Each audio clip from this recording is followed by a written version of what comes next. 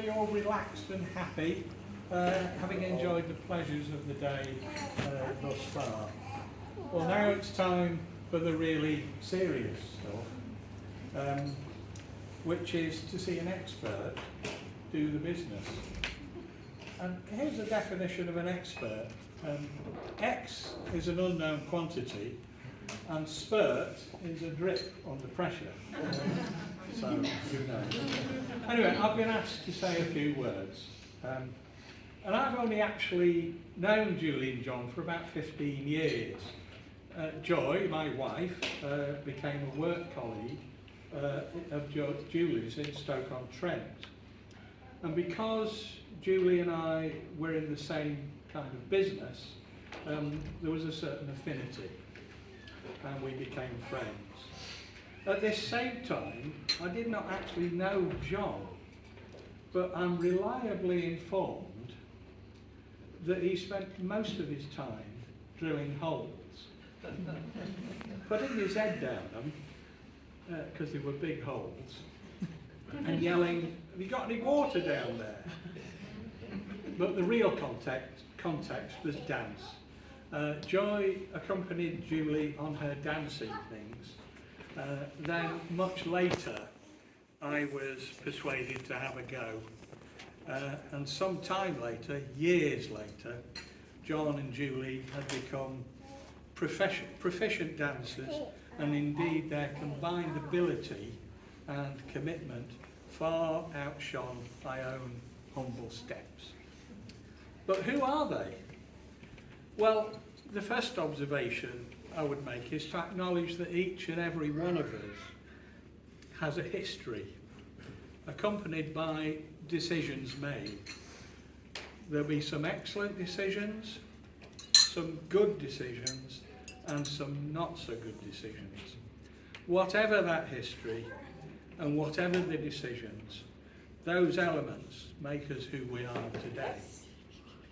And another observation I'd like to make is that none of us exist on our own. We all rely upon the people around us, which brings me to a great and shared value of both Julie and John, family and friends. Both of them see their respective families and friends as really important, and they both respect the other's need to take care of that part of their lives. It's really important to them, hence today's festivities. Another shared value of both Julie and John is just kindness.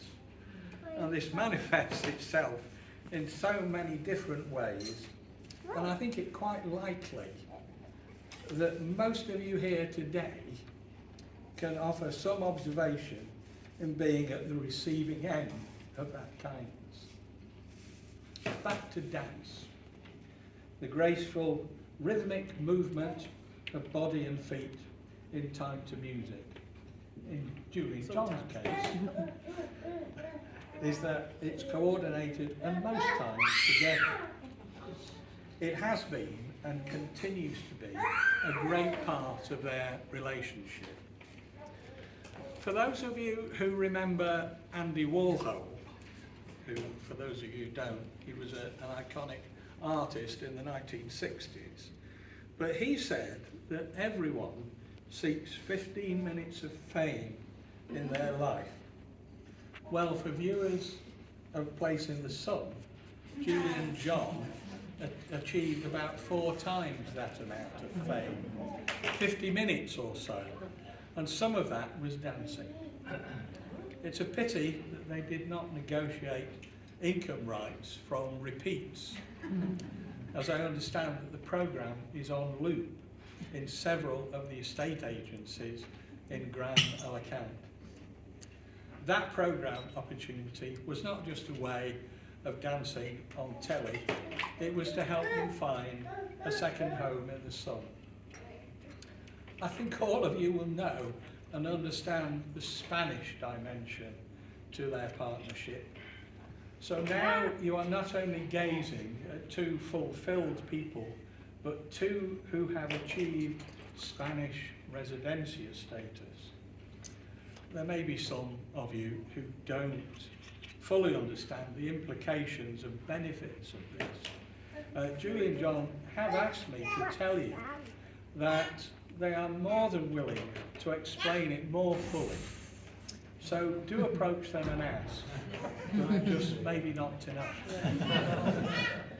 Julie and John are keen to keep pushing their boundaries in travel, culture, music, electric bikes and football, and last but not least, in Julie's case, the support of people who've become bereaved pet owners, which she finds so rewarding.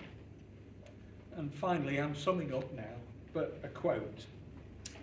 Victor Hugo, who was a French novelist and poet, and indeed the story author of John and Julie's favourite production, Les Miserables, said, "The greatest happiness in life is the conviction that we are loved. Loved for ourselves, or rather, loved in spite of ourselves." Please join me in a toast to Mr. and Mrs. John Broderick. Mr. Broderick. Thank you. Thanks, Steve. Cheers. Cheers.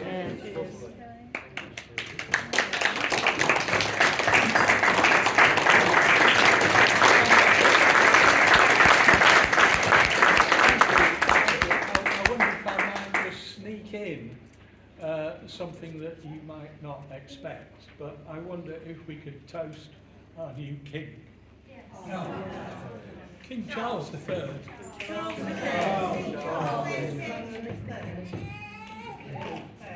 Thank you. Thanks, Steve.